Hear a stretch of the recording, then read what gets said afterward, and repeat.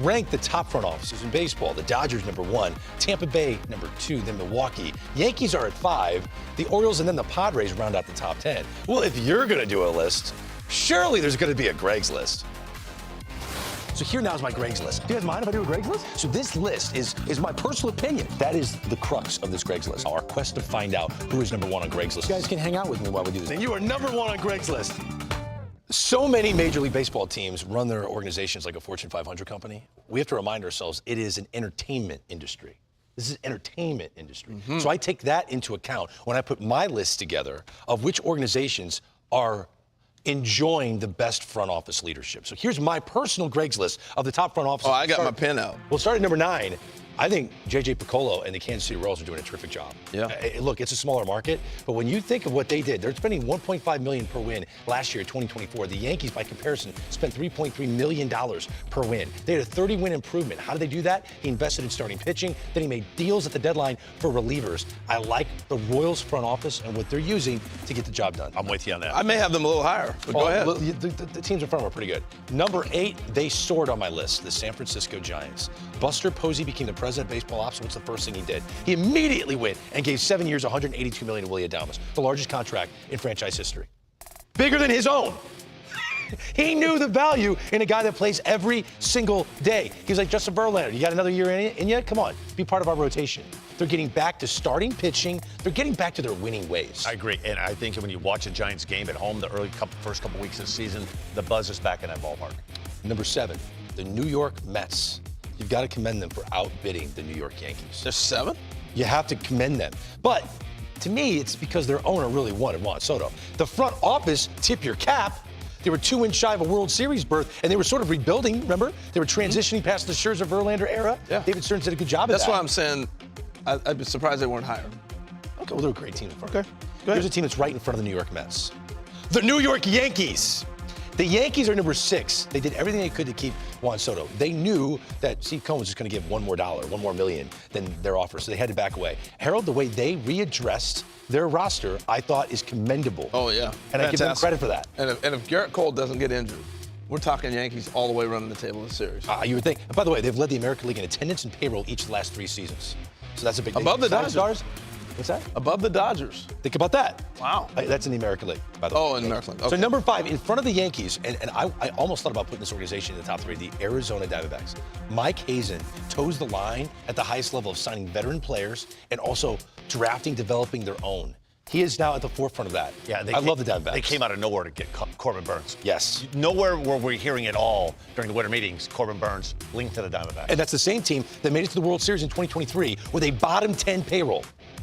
Yeah. They went big and got the biggest ace that was on the markets. They're doing a bit of both. They're number 5 on Greg's list, my favorite top front offices. Number 4, Chris Young and the Texas Rangers. I love everything they're doing. To see the value in leadership with Bruce Bochy and make that the first thing you go do when you're the president of baseball ops, when the managerial role has been diminished so wholeheartedly. Look at the average attendance by season. It's trending in the right direction. Go get 2 superstars, Corey Seager, Marcus Semien. Draft and develop Wyatt Langford, Evan Carter, Josh Young's at third base. They're doing what I just said the Diamondbacks are doing. The Rangers are doing it, but they just have a world championship. And they're not afraid to make moves. They signed a big contract with No. DeGrom, Jack Leiter. They've drafted, they've developed well. Kumar Rocker going tonight off to a slow start, but he's going to figure it out. Now, I said it's an entertainment business, right? When you go to a ball game, it's hard to find a better home field advantage than what the Philadelphia Phillies have in October at Citizens Bank Park.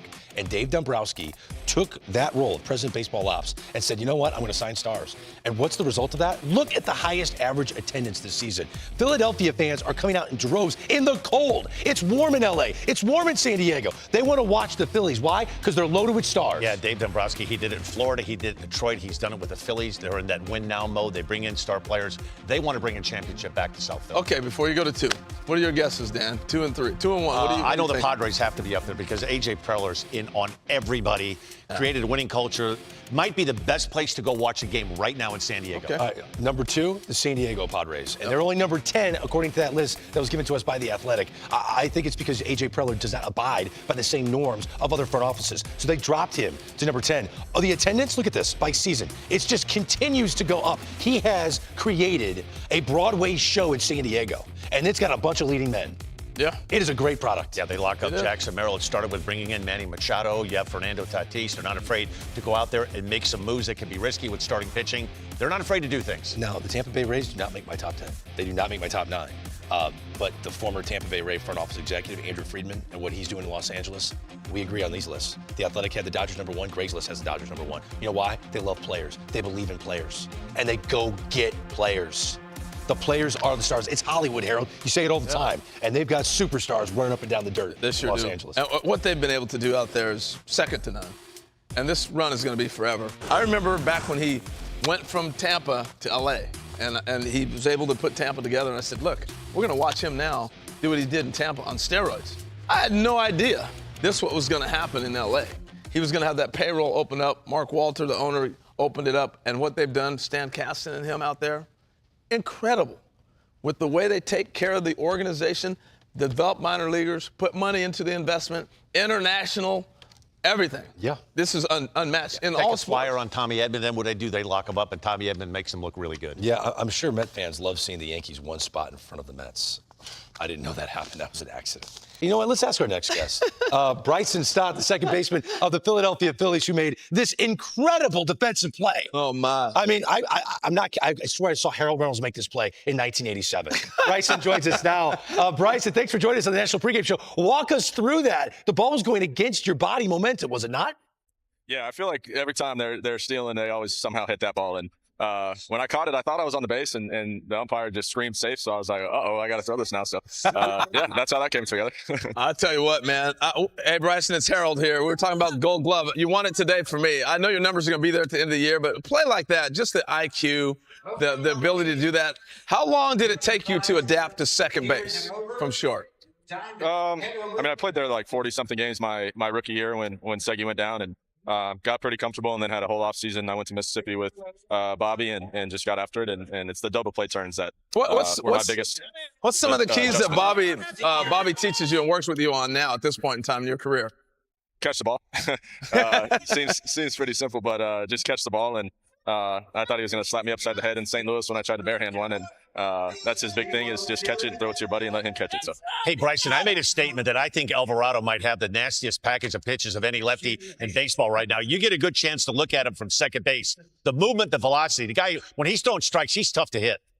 yeah, it doesn't look like a fun at bat, and he's throwing a curveball now. It's a whole nother wrinkle, and I mean, the guys that put good swings on him, good for them, and he's as good as they come, and from the left side especially, and there's a lot of body parts flying at you, it looks like, with his glove, and his arms coming 1,000 miles an hour. So it's a pretty nasty guy. We've been debating back and forth, Schwarber or Turner or Schwarber in the leadoff spot. Bryson Stott in the leadoff spot working out just great. Hello. Do you like hitting first in the lineup? Yeah, I mean, I enjoy it. I did it in college, and I always try to kind of dumb it down and just realize you don't really lead off the game, especially at home.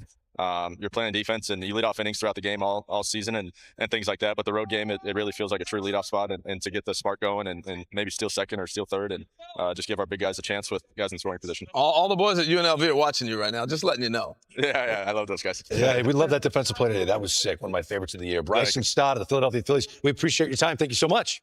Absolutely. Thank you, guys.